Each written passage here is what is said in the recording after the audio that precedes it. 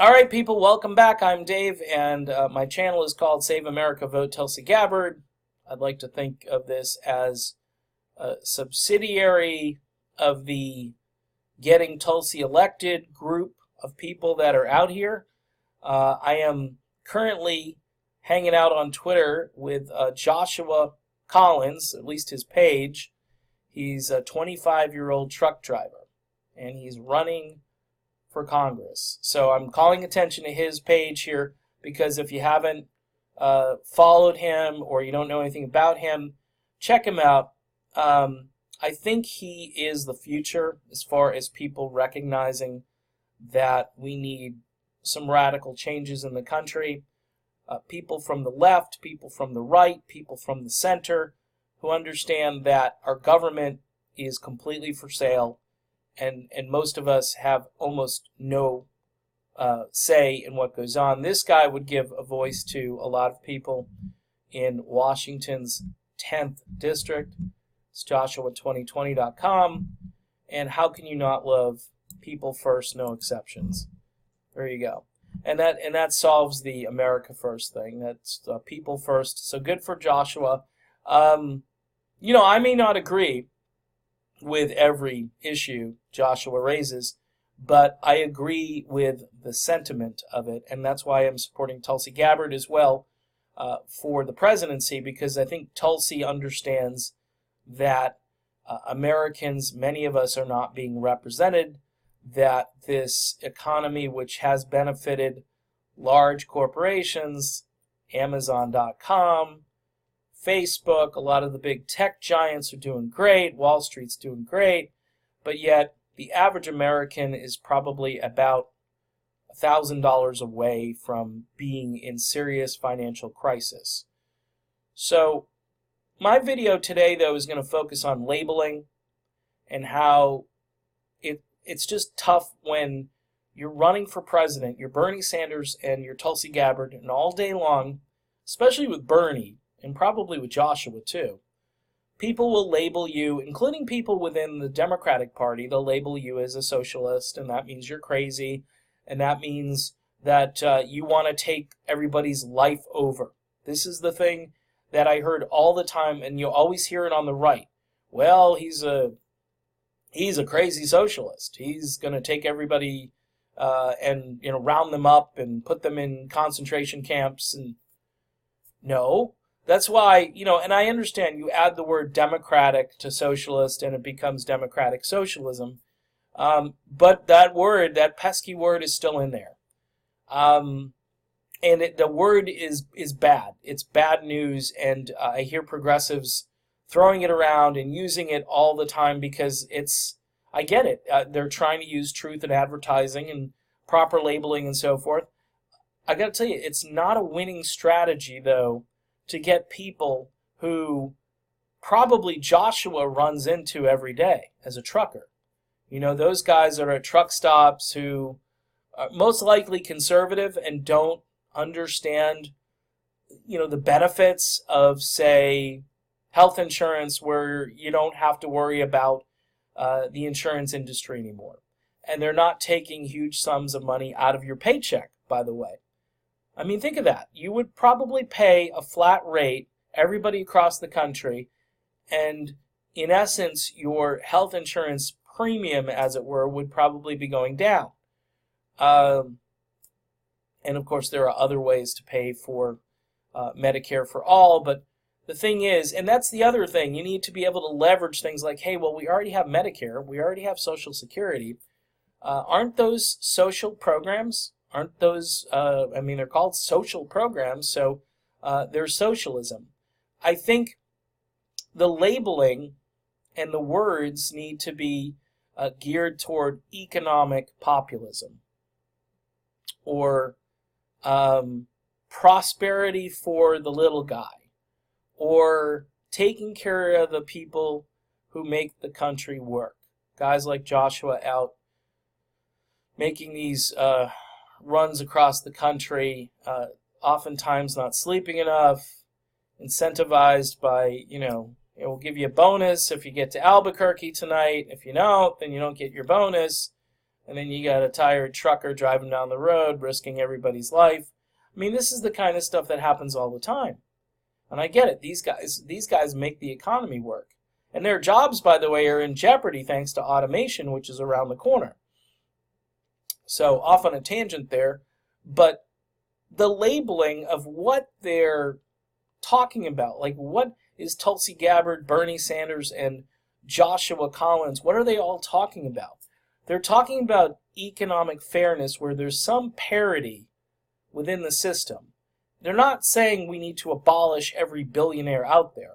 Although I have heard rhetoric like, I don't think people need to be billionaires, or how are we producing billionaires when we can't even fix homelessness? And there does seem to be, anybody with a brain, all right, knows that there's a problem there. There's, the 1%, and then there's everybody else. And you could say, well, that's just created division, and no, it's called attention to a problem.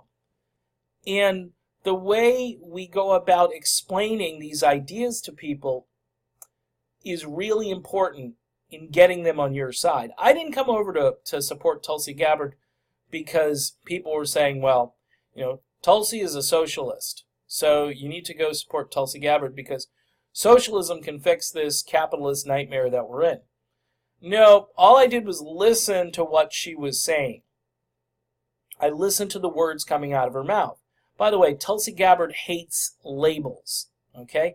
Bernie Sanders seems to wear the Democratic Socialist thing as a badge of honor, but he's also very good at explaining it to people, all right, so people aren't just afraid of it.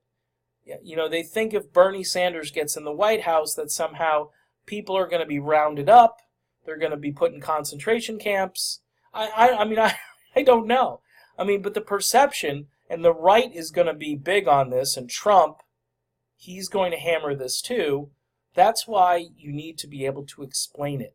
If you want to win, you need to be able to bring it down to the truck drivers and the working class folks who are in rough shape, who definitely need somebody to come along and rescue them. But they're not going to even listen to what you're saying if your rhetoric sounds like it's from, I don't know, just the Soviet Union, 40 years ago or something. I don't know. The thing is, you're going to have people around the clock vilifying what you're saying unless you're able to define it better. I find the term economic populism is probably the best term.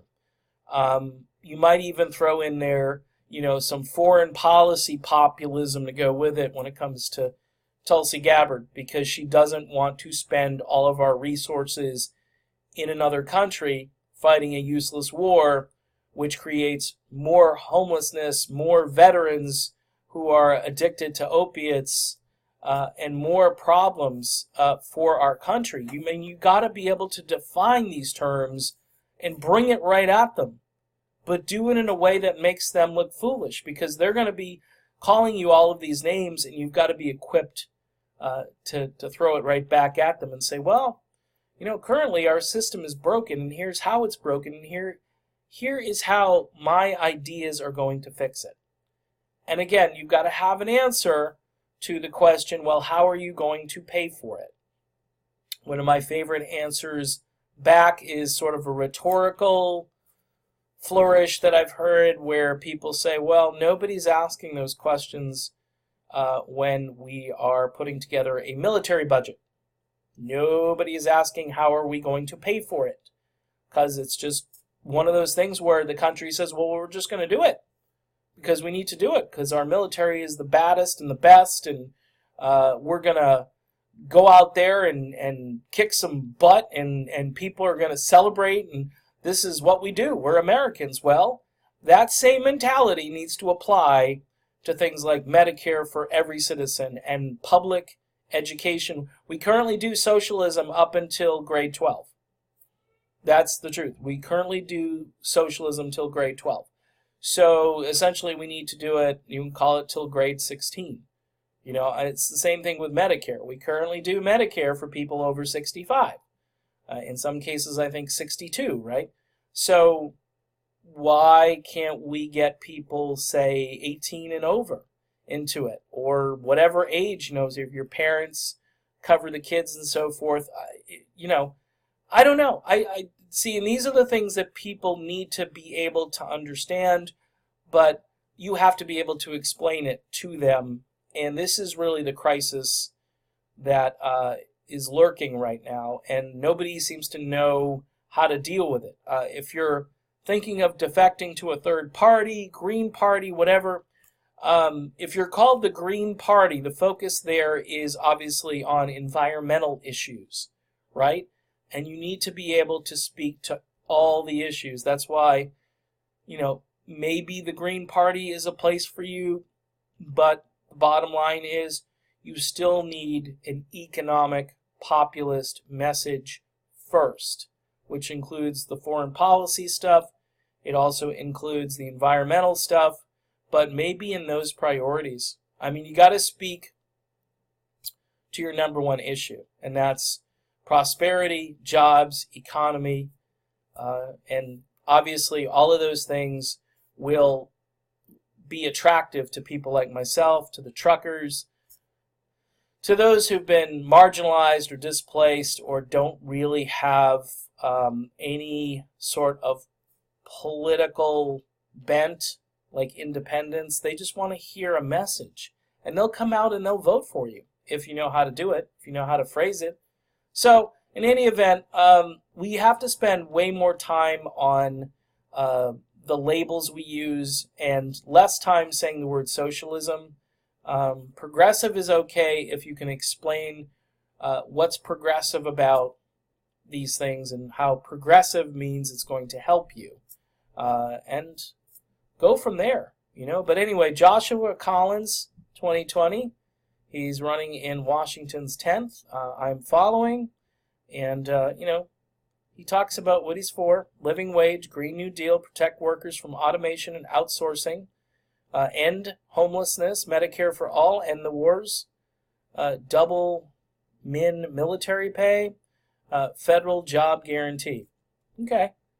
Is none of that I'm really against. I mean, there's some things in there that we'd have to kind of hash out and talk about what those things mean, but most of it is fairly self-explanatory. All right, so I'm done here. I'll be back soon. See you then.